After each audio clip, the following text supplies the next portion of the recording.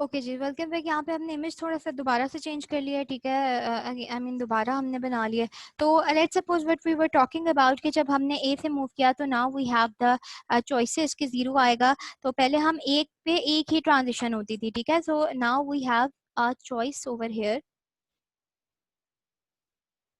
Now we have a choice over here कि हम ए पे मूव कर सकें और कहाँ पे मूव कर सकें, बी पे, ठीक है।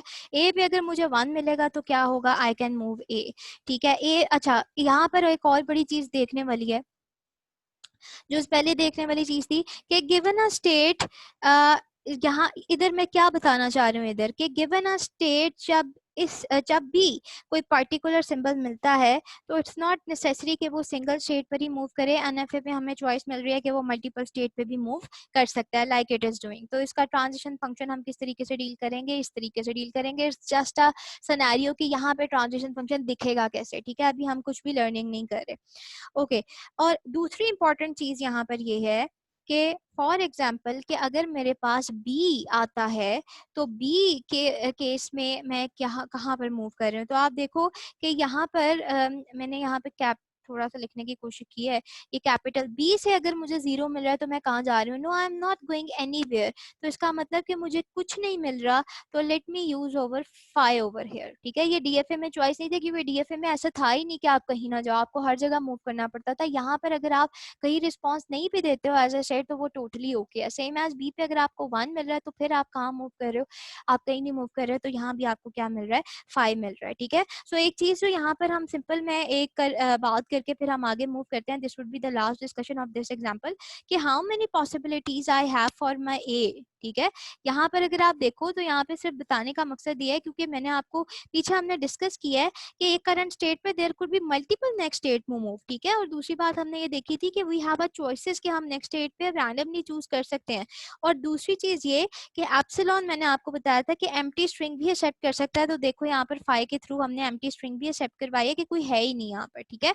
और दूसरी चीज ये कि हम साइमल्टेनियसली या फिर सारी जो स्टेट्स हैं उसको विजिट कर सकते हैं। तो यहाँ पर मेरा ए को अगर क्या मिलती है, जीरो जो है स्टेट मिलती है, तो उसके पास कौन कौन सी पॉसिबिलिटीज हैं कि वो मूव कर सकता है इन एनएफए में, not according to this diagram, but एक एनएफए में अगर ए को यहाँ पर जीरो मिलता है तो वो कहाँ कहाँ मूव कर सकता है, वो हम पॉसिबिलिटीज देख रहे हैं कि मेरा ए जो है वो खुद अपने आप पे सेल्फ लूप कर सकता है, ए पे मूव कर सकता है। मेरे ए के पास ऑप्शन है कि वो सिंगल हैंडेड किस पे चला जाए, बी के पास चला जाए।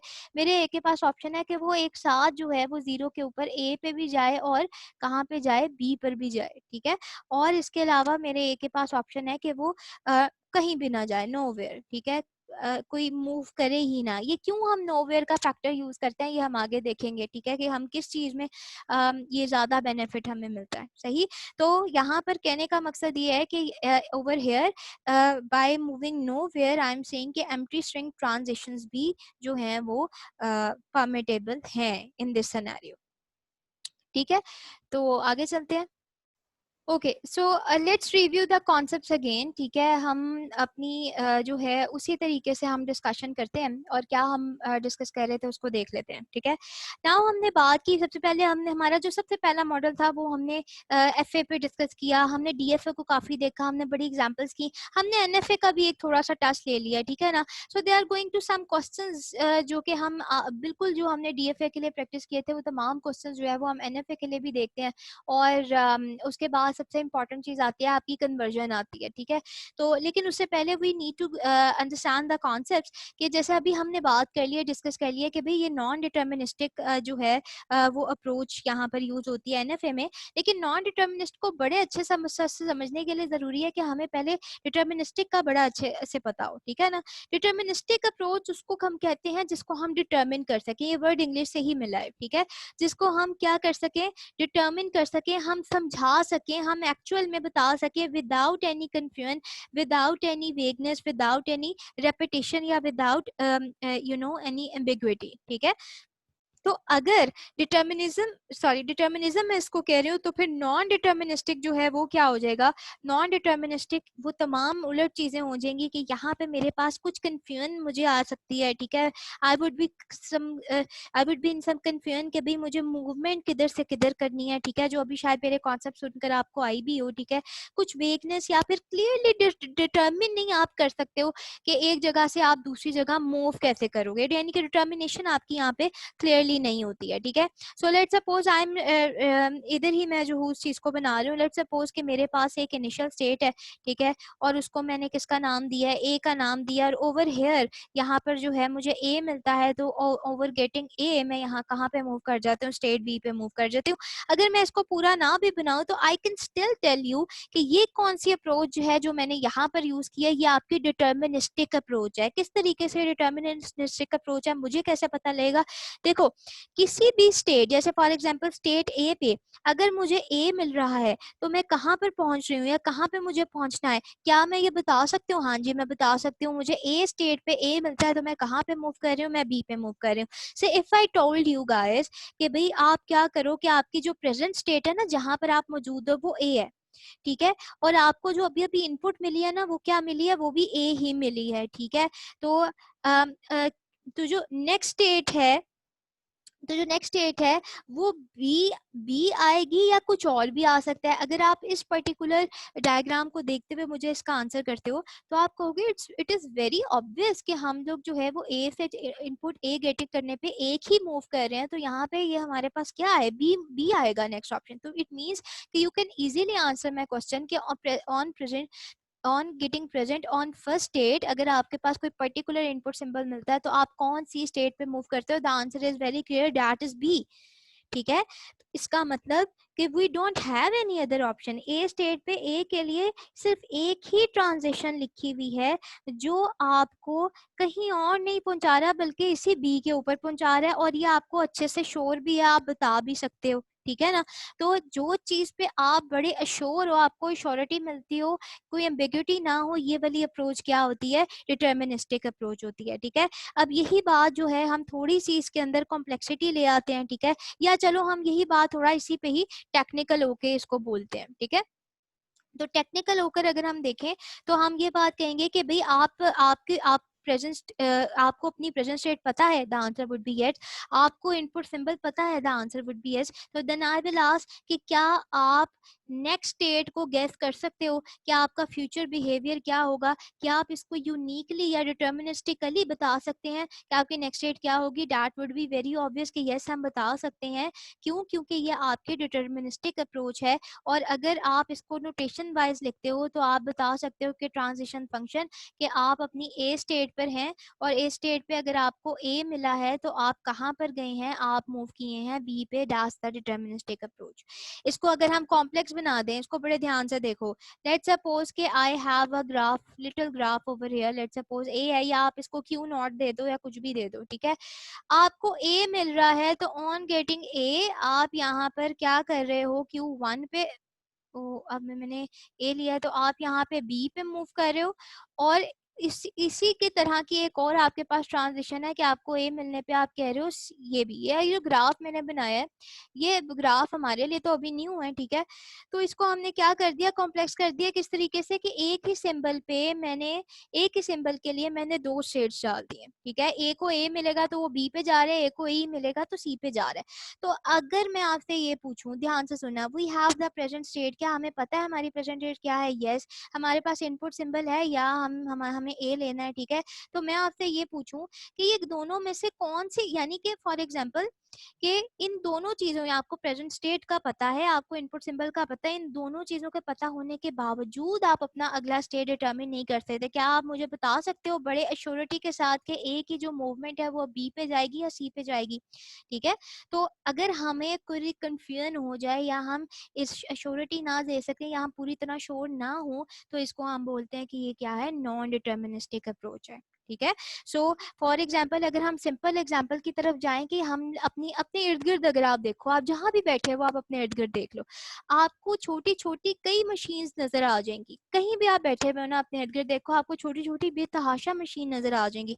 फॉर एग्जाम्पल आप जिस स्क्रीन के सामने मुझे देख रहे हो, ये ही क्या कैसे ऑन होती है? कोई एक स्विच होता है ना जो कि ऑन हो जाता है, कोई ऑफ हो जाता है, ठीक है ना। या आपने सेल चार्ज करना है, सेल चार्जिंग पे आप लगाते हो, स्विच ऑन करते हो, ठीक है। तो करंटली आपको पता होता है कि आपके, ओके ठीक है, आपको एक जरूरत है, आपने वो चीज प्लग इन की, आपने स्विच ऑन किया, क्या आपको पता होता है कि नेक्स्ट क्या होगा? हाँ जी, आप बिल्कुल कंफर्म है, नेक्स्ट क्या होगा? आपका लैपटॉप चल जाएगा या आपका सेलफोन जो है वो चार्ज होने लग जाएगा, ठीक है।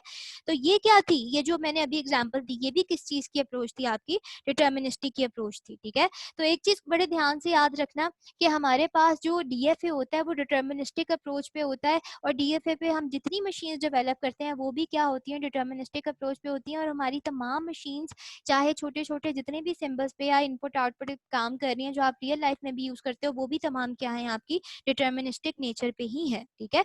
और हमें ये चाहिए भी डिटर्मिनिस्टिक पे ही है, क्योंकि हम ये नहीं बर्दाश्त कर सकते भी कि भी मशीन के पास अलग अलग ऑप्शंस हो कि चलो आज ये नहीं, उसका दिल नहीं कर रहा तो आज वो वाला काम कर दे, ये नहीं हो सकता, ठीक है। तो डिटर्मिनिस्टिक अप्रोच का मतलब ही यही है कि मैं से किसी स्टेट पर हूँ और आप मुझे कोई इनपुट कमांड दे, तो अगला जो बिहेवियर होगा वो आप एग्जैक्टली बता सकते हो कि आगे क्या होने वाला है, ठीक है।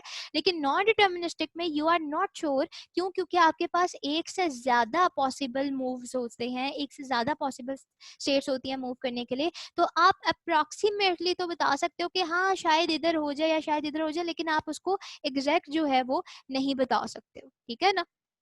तो यहाँ पर ये एक जो थी ये चीज देखने वाली थी, ठीक है। Then question is then why NFA? अगर ये इतना ही वो है कि तो हम एनएफए क्यों यूज कर रहे हैं, और क्या ये हमारा कोई एडवांटेज हमें दे भी रहा है? So somehow we are confuse, तो इसलिए ये वाली स्माइली है, ठीक है जी। Then when we will know, तो हमारी स्माइली दूसरी चेंज में चेंज हो जाएगी, सही हो गया। सो डिटर्मिनिस्टिक में आपको यूनिकली पता लग गया है। अच्छा, आपको से अगर मैं पूछूं आप जो कैसे काम करते हो, ठीक है।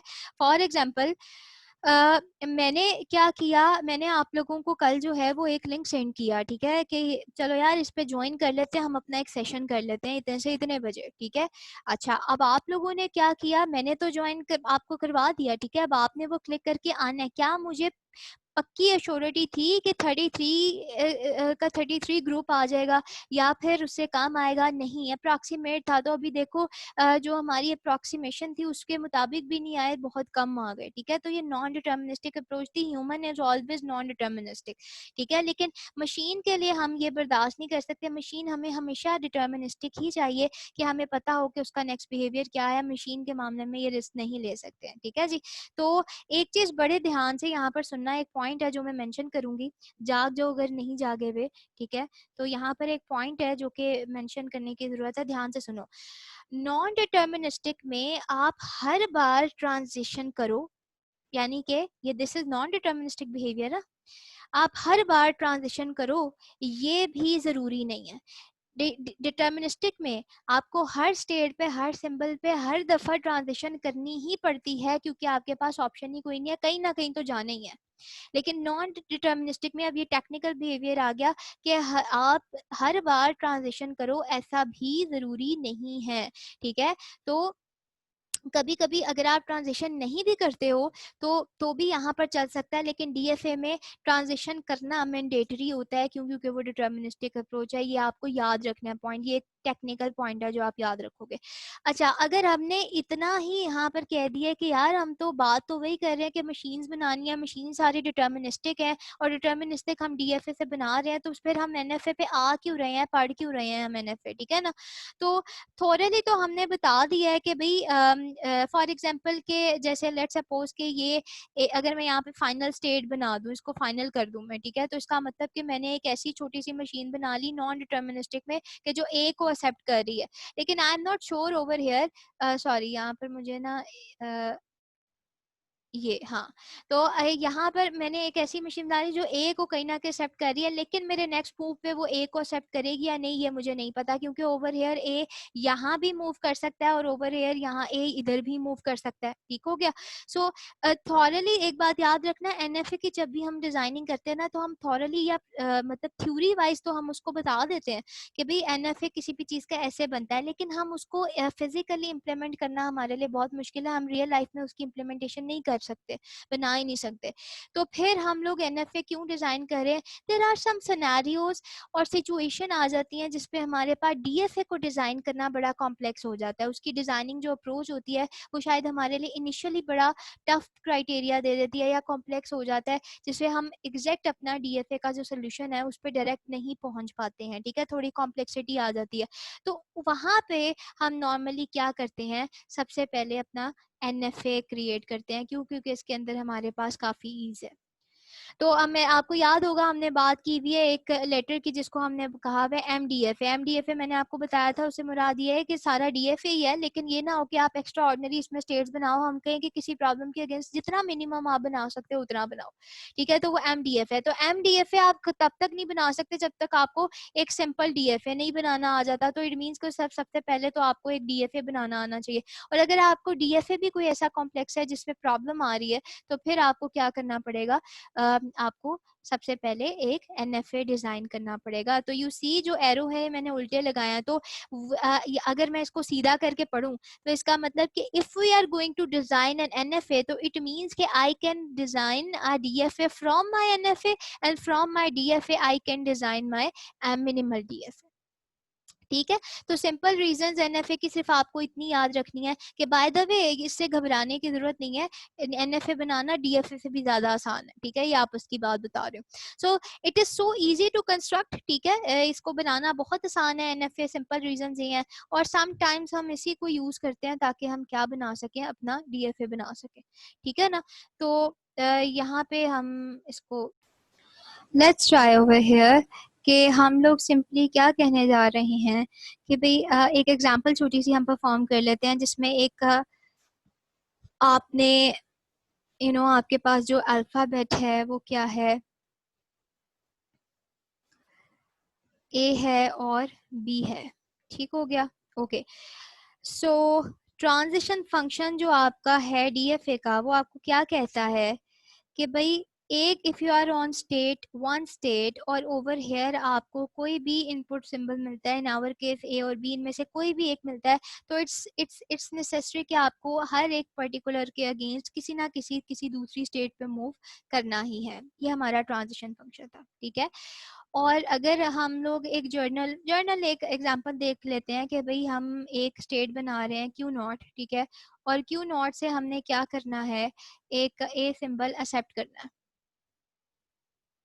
ठीक है जी, एक ए सिंबल एक्सेप्ट करना है, and that would be the Q1।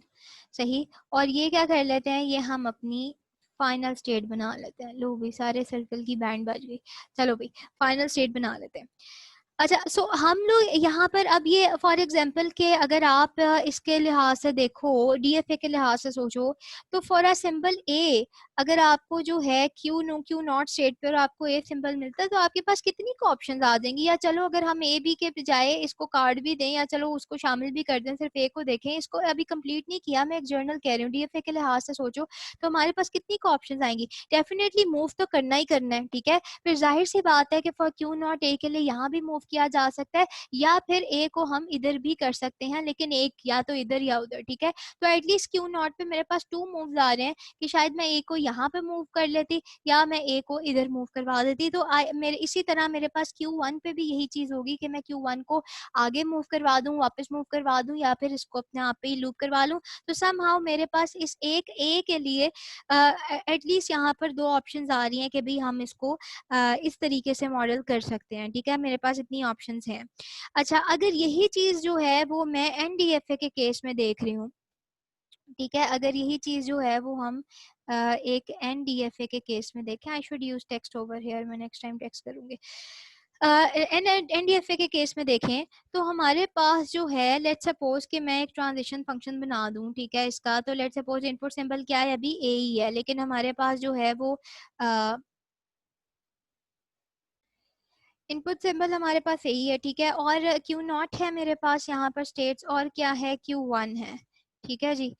तो इसका ट्रांजिशन फंक्शन हमने अभी बात नहीं की है, लेकिन चलो ट्रांजिशन फंक्शन जो है हम कहते हैं सेम वही बात करते हैं कि ऑन एवरी स्टेट क्यू या ऑन एनी स्टेट क्यू अगर हमें कोई एक इनपुट सिंबल मिल रहा है तो किसी भी स्टेट पे जब मुझे इनपुट अल्फ़ाबेट लेंगे तो कौन कौन सी ऑप्शंस हो सकती हैं मेरे पास इस केस में, ठीक है। तो अगर आप देखो तो आपके पास Q0 है और Q1 है, ठीक है। तो Q0 आपके पास ये ऑप्शन भी है कि आप इस पर्टिकुलर स्टेट से कहीं मूव करो ही ना, ठीक है। Q0 से आप कहीं भी मूव करो ही ना, आपके पास ना मूव करने की भी ऑप्शन है।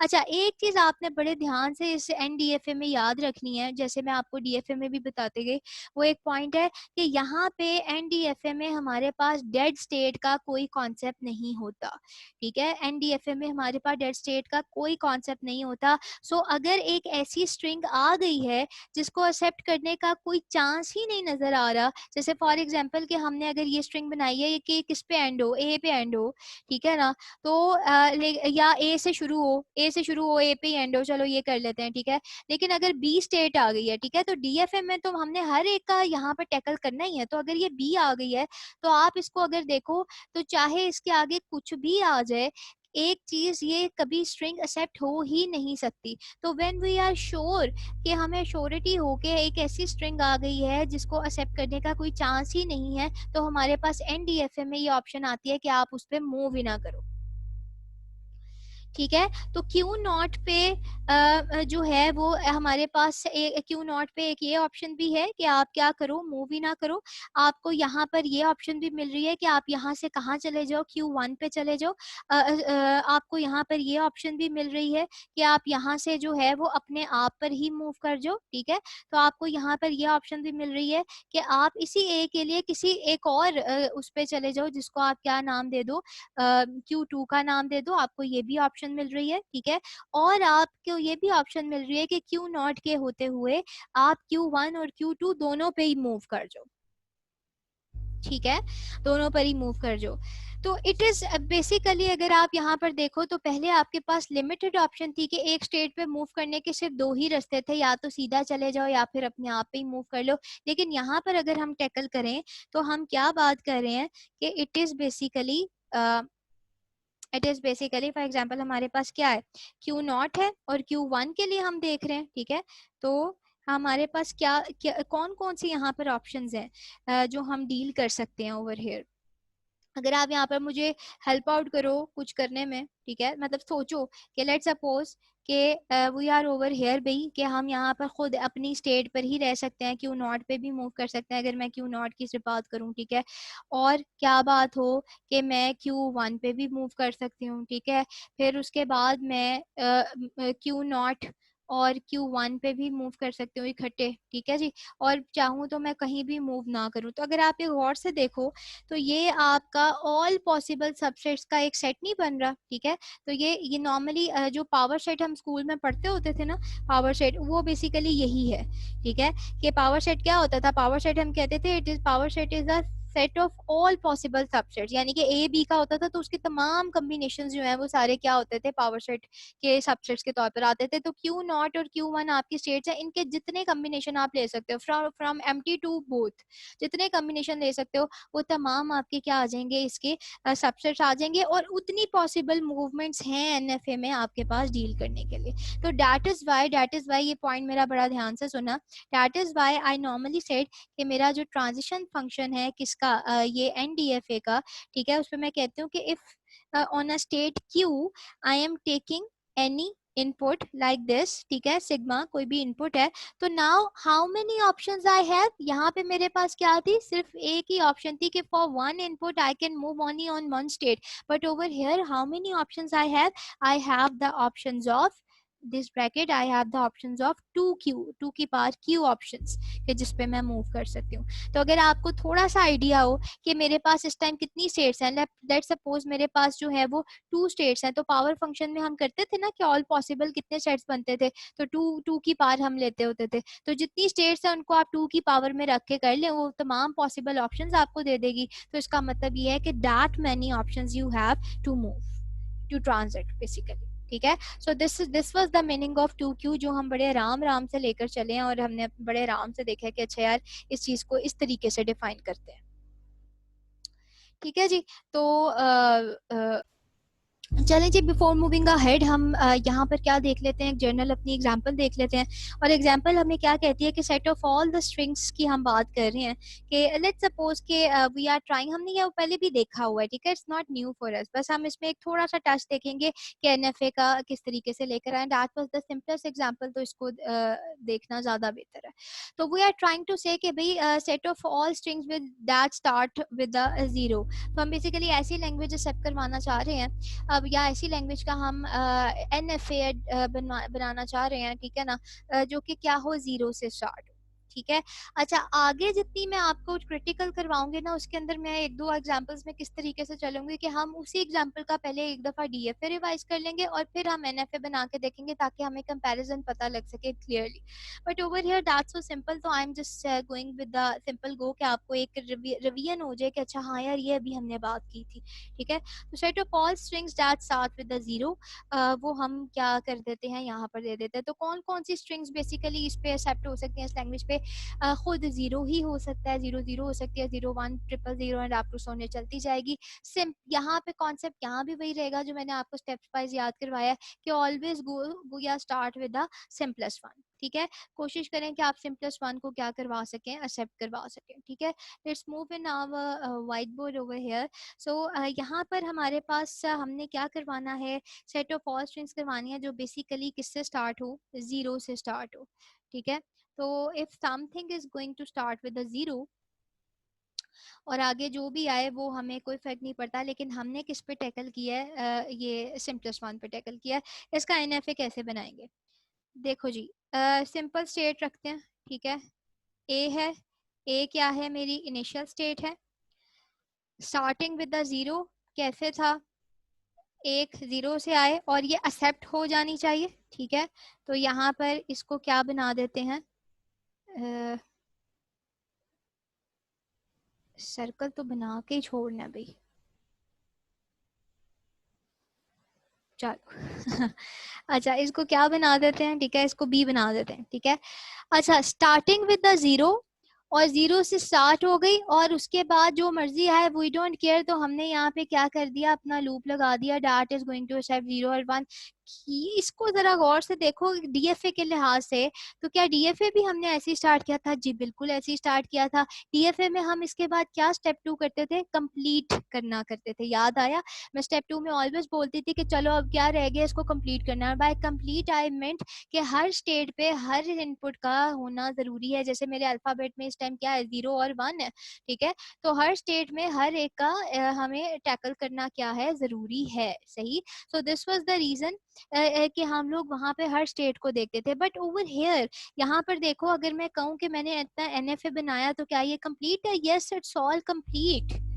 हमें सिर्फ अपना पॉइंट यहाँ पर पूरा करना है, दैट्स इजी इज दिस। ठीक है, दैट्स इजी इज दिस। तो यहाँ पर हम क्या बात कर रहे हैं कि हमारी रिक्वायरमेंट ये थी कि भाई जीरो से शुरू हो। ठीक है, जीरो से शुरू हो रहा है, यस हो रहा है। अच्छा पहले जब आ गया जीरो तो एक्सेप्ट हो जानी चाहिए, उसके बाद जो मर्जी आए, क्या हमने ये तमाम टैकल कर लिया, यस कर लिया। Now we have no restrictions कि हमने ए के अंदर से जो है वो वन भी निकालना है या व्हाटसोएवर निकालना है। तो फॉर एग्जाम्पल अगर हम देखें कोई एग्जाम्पल के तौर पर, हम एक स्ट्रिंग एक्सेप्ट करवाने की कोशिश करते हैं, डैट इज 0001। तो देखो सबसे पहले मेरे पास पहली स्ट्रिंग आई, तो where I am over here, मैं अपने ए स्टेट पर हूँ। ठीक है, ए स्टेट पे मुझे क्या मिला है, मुझे जीरो मिला है, तो जीरो से मैं किस पे मूव कर गई हूँ, मैं यहाँ पर बी पे मूव कर गई हूँ। ठीक है, बी से मुझे क्या मिलना है यहाँ पर, ठीक है ना, सेकंड मुझे फिर क्या मिलना है, जीरो मिलना है, तो मैं कहाँ पर मूव की हूँ, मैं यहाँ पर अगेन किस पे हूँ, बी पर ही हूँ। ठीक है जी, और फिर मुझे क्या मिलना है, 1 मिलना है मेरी नेक्स्ट स्टेट के अकॉर्डिंग। तो मैं कहाँ पर हूँ, मैं अपनी बी पर ही हूँ। तो वो जो लास्ट स्टेट आई क्या वो फाइनल है? यस, बी फाइनल है। इट मीन्स कि ये क्या हो जाएगा, एक्सेप्ट हो जाएगी। ठीक है, इसी एनएफए पे हम क्या ट्राई करते हैं, हम 101 अपना ट्राई करके देखते हैं। तो 101 पे I am where I am over here, मैं ए पे हूँ। और ए पे मुझे क्या मिला है, मुझे 1 मिला है। तो 1 पे क्या जाकर मुझे कहाँ जाना चाहिए, यहाँ पे जरा अटेंटिव होकर सुनो मेरी बात। ए पे मैं हूँ, यहाँ पर मैं हूँ, ठीक है। और मुझे क्या मिला है, 1 मिला है। तो क्या उसके ऊपर कोई ऐसी ट्रांजिशन मैंने लगाई भी है 1 की? जरूरत नहीं है। सबसे पहले देखो क्या 1